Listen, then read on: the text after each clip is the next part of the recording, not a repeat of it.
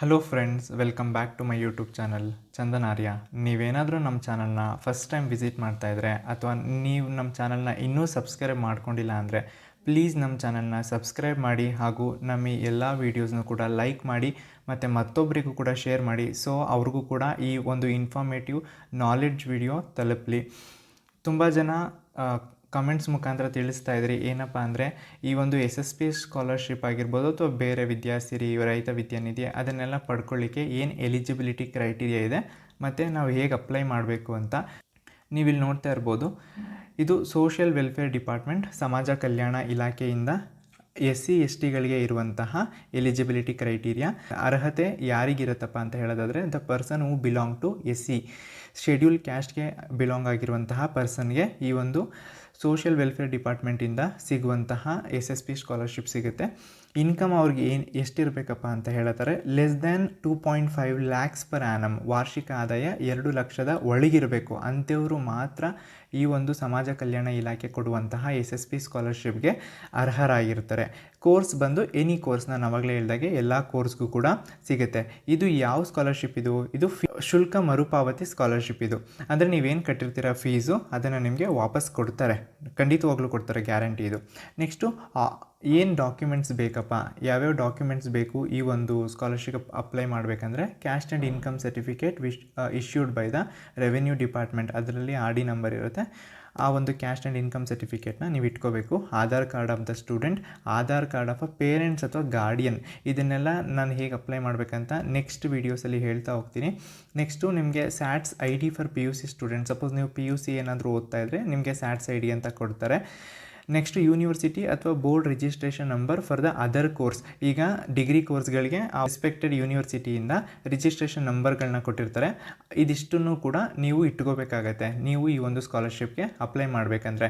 Suppose ನೀವೇನಾದರೂ ಹಾಸ್ಟೆಲಲ್ಲಿ ಉಳ್ಕೊಂಡಿದ್ದೀರಾ ಅಂದರೆ ಅವರು ಹಾಸ್ಟೆಲ್ ಫೀಸ್ನೂ ಕೂಡ ಕೊಡ್ತಾರೆ. ಅದಕ್ಕೆ HMIS ID ಅಂತ ಬೇಕಾಗುತ್ತೆ. ಅದನ್ನು ನಾನು ನೆಕ್ಸ್ಟ್ ವೀಡಿಯೋದಲ್ಲಿ ಹೇಳ್ತಾ ಹೋಗ್ತೀನಿ ಏನಿದು ಅಂತ. ನೆಕ್ಸ್ಟು ನೀವೇನಾದರೂ ಡೇ ಸ್ಕಾಲರ್ ಆಗಿದ್ದು ನೀವು ಟ್ರಾವೆಲ್ ಮಾಡ್ತಿದ್ದೀರಾ ಅಂದರೆ ನಿಮಗೂ ಕೂಡ ಮೇಂಟೆನೆನ್ಸ್ ಫೀಸ್ ಅಂತ ಕೊಡ್ತಾರೆ. SC student who are not staying in any hostels ಅಂಥವ್ರಿಗೆ ಈ ಒಂದು ಡೇ ಸ್ಕಾಲರ್ ಮೇಂಟೆನೆನ್ಸ್ನ ಕೊಡ್ತಾರೆ. ಅದಕ್ಕೆ ಸೇಮ್ ಡಾಕ್ಯುಮೆಂಟ್ಸ್ ಬೇಕಾಗತ್ತೆ.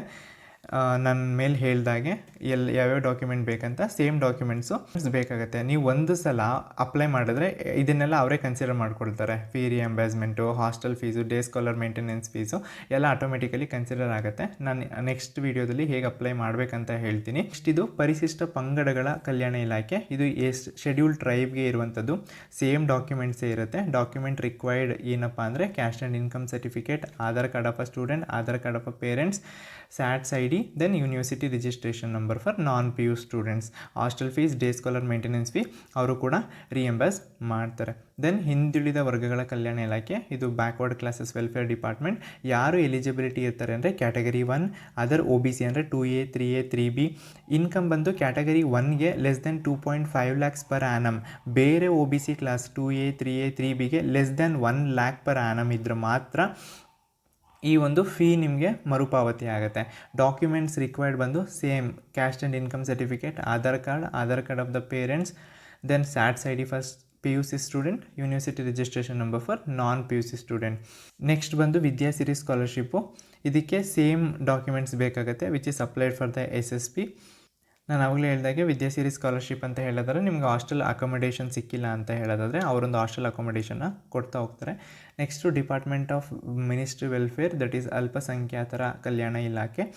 ಎಲಿಜಿಬಿಲಿಟಿ ಬಂದು ಮೈನಾರಿಟೀಸ್ ಯಾರ್ಯಾರು ಇರ್ತಾರೆ, religion minority, basically Muslim, Christians, Jain, ಸಿಖ್ಸ್ ಮತ್ತು ಬುದ್ಧಿಸ್ಟ್, ಇವರೆಲ್ಲವೂ ಕೂಡ ಈ ಒಂದು department of minority welfare under ಬರ್ತಾರೆ. ಇನ್ಕಮ್ ಬಂದು less than 2.5 lakhs per annum ಇರಬೇಕು. ಕೋರ್ಸ್ ಬಂದು ಎನಿ ಕೋರ್ಸ್. ಡಾಕ್ಯುಮೆಂಟ್ಸ್ ಬಂದು same document, caste and income certificate, ವಿದ್ಯಾರ್ಥಿಯ ಆಧಾರ್ ಕಾರ್ಡ್.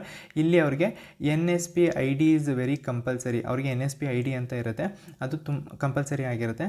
ಸೊ ಇದಿಷ್ಟು ಕೂಡ ಎಲಿಜಿಬಿಲಿಟಿ ವಿಡಿಯೋ ಆಗಿದ್ದು ಈ ಎಲ್ಲ ಡಾಕ್ಯುಮೆಂಟ್ಸ್ನೂ ಕೂಡ ನಿಮ್ಮ ಜೊತೆ ಇರಿಸ್ಕೊಳ್ಳಿ. ನಾನು ನೆಕ್ಸ್ಟ್ ವೀಡಿಯೋದಲ್ಲಿ ಹೇಗೆ ಅಪ್ಲೈ ಮಾಡಬೇಕು ಸ್ಟೆಪ್ ಬೈ ಸ್ಟೆಪ್ ಅನ್ನೋದನ್ನ ವಿಡಿಯೋ ಮಾಡಿ ಅಪ್ಲೋಡ್ ಮಾಡ್ತೀನಿ. ದಯವಿಟ್ಟು ನಮ್ಮ ಚಾನಲ್ನ ಇನ್ನೂ ಸಬ್ಸ್ಕ್ರೈಬ್ ಮಾಡ್ಕೊಳ್ಳಿಲ್ಲ ಅಂದರೆ ಪ್ಲೀಸ್ ನಮ್ಮ ಚಾನಲ್ನ ಸಬ್ಸ್ಕ್ರೈಬ್ ಮಾಡಿ ಹಾಗೂ ವೀಡಿಯೋಸ್ನ ಲೈಕ್ ಮಾಡಿ, ಶೇರ್ ಮಾಡಿ ಹಾಗೂ ನಿಮ್ಮ ಫ್ರೆಂಡ್ಸ್ಗೂ ಕೂಡ ಶೇರ್ ಮಾಡಿ. ಇಷ್ಟೊತ್ತು ವೀಡಿಯೋ ನೋಡೋದಕ್ಕಾಗಿ ಥ್ಯಾಂಕ್ ಯು ಸೋ ಮಚ್.